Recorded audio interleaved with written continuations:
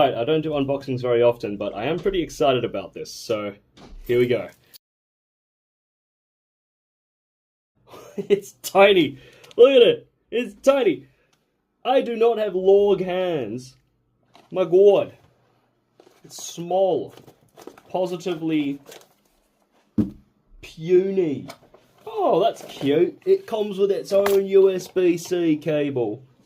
Look at that.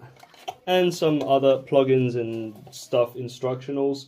I'm going to do the standard man thing, which means blindly walk into the dark, expecting that I should just be able to work it out myself, and then inevitably wonder why I'm not getting a decent sound, or it's not working the way I thought it would, and then eventually go back to the manual anyway.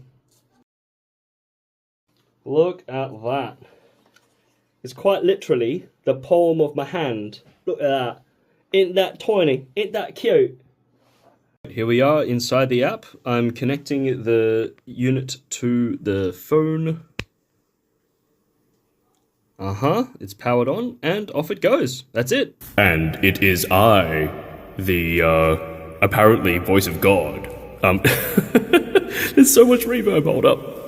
Okay, that's a lot more usable. Now, you can probably hear that there's quite a lot going on. I've got it upside down because it seems that the microphones are somewhat directional. For example, if I turn it around, you can hear that there's automatically a lot less sound coming from it. So it's not receiving the mic from the back. It is not omnidirectional. And it actually makes a lot of sense that it would be cardioid, because if you want to get more of a directional tone, you can really hear that it comes right through. This is really, really directional. Now, that crackling that I'm hearing, at least, is probably just the fact that I'm rotating, touching, and I'm manually handling it. So if I just keep it still, there we go. Now, what you can probably hear in the background there is the art class, so it's actually rather sensitive. There's probably some level of gating that may be possible, or if not, you can process that out. Now, what you can probably hear is a hell of a lot of left and a hell of a lot of right. It is indeed a stereo mic. I'm going to hold this upside down again for a moment, because I want to be able to actually be audible while I'm talking about it. You have an input and an output, which is kind of interesting and useful, just for monitoring your headphone level. So right now I've turned my headphones down so I don't hear myself quite as much, and I turn myself all the way up so I can hear the sensitivity and the things that I'm doing. Now, currently, you probably heard a bit of a wind right there. Interesting. Okay, so might need to find a way to have a windsock around this thing, or, find a way to cover it. I do wonder if I just... Hello. Lo-fi beats. Yes. Interesting. Okay. Bit of a raw test here. Nonetheless, the input, interestingly, doesn't seem to affect the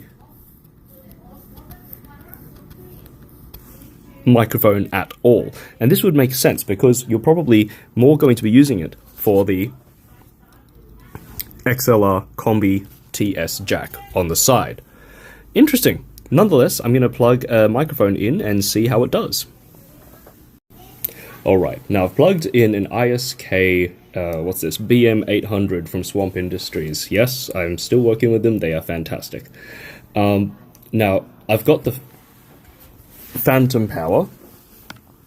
Yes, it supplies phantom power.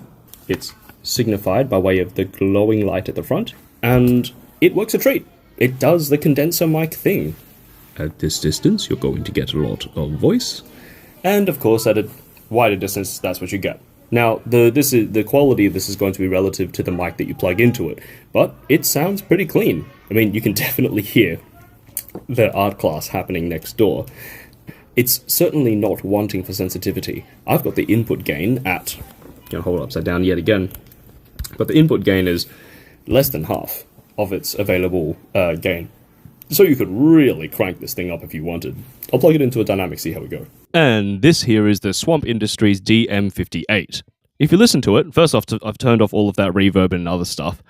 This is just basically clean in, and it does a really good job. I've got the input gain set to input gain just past halfway, and it does a pretty good job. This is at spoken volume. If I just Hello, yes!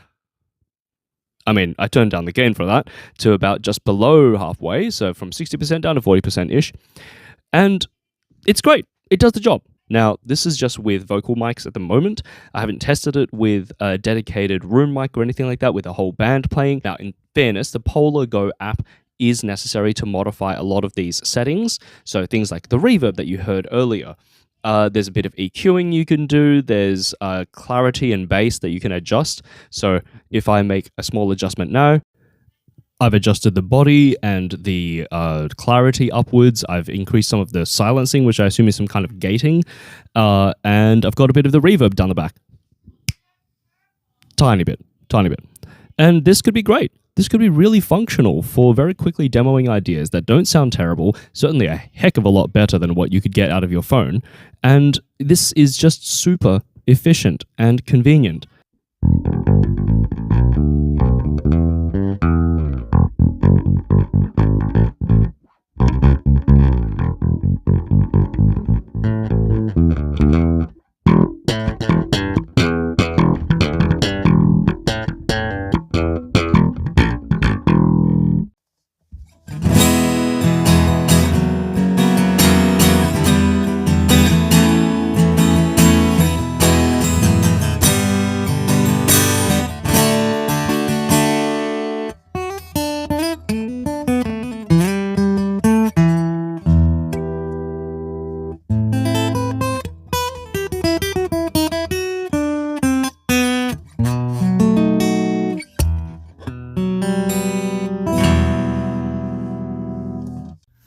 And over here, I've just got it sitting on the side, next to a piano, and it will sound like so.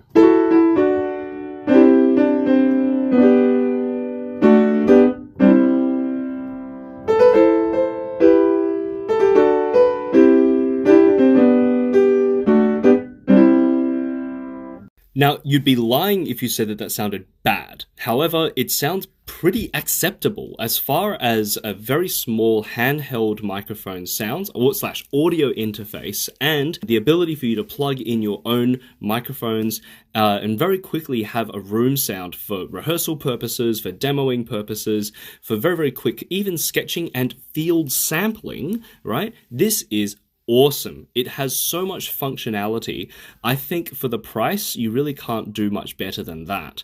Now, given that this has the capacity for you to do some really cool stuff, for multi-track recording purposes and for looping, this is awesome. Or just very quickly having the ability to plug your guitar in, or your keyboard, or your microphone in to just quickly sample stuff. So I've already made this clear by way of on-screen text, but I'm going to say it explicitly again. I am not sponsored by Blackstar Amplification. I'm not sponsored by any given store that even stocks this at the moment. My only partnership is with Swamp Industries. I actually highly recommend that they stock this because it's going to go like hotcakes, in my opinion.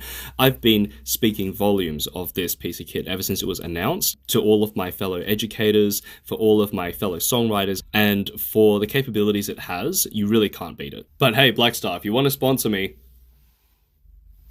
I see a severe lack of Blackstar amplification in my studio, so hey, I'm not saying no. My final thoughts are this.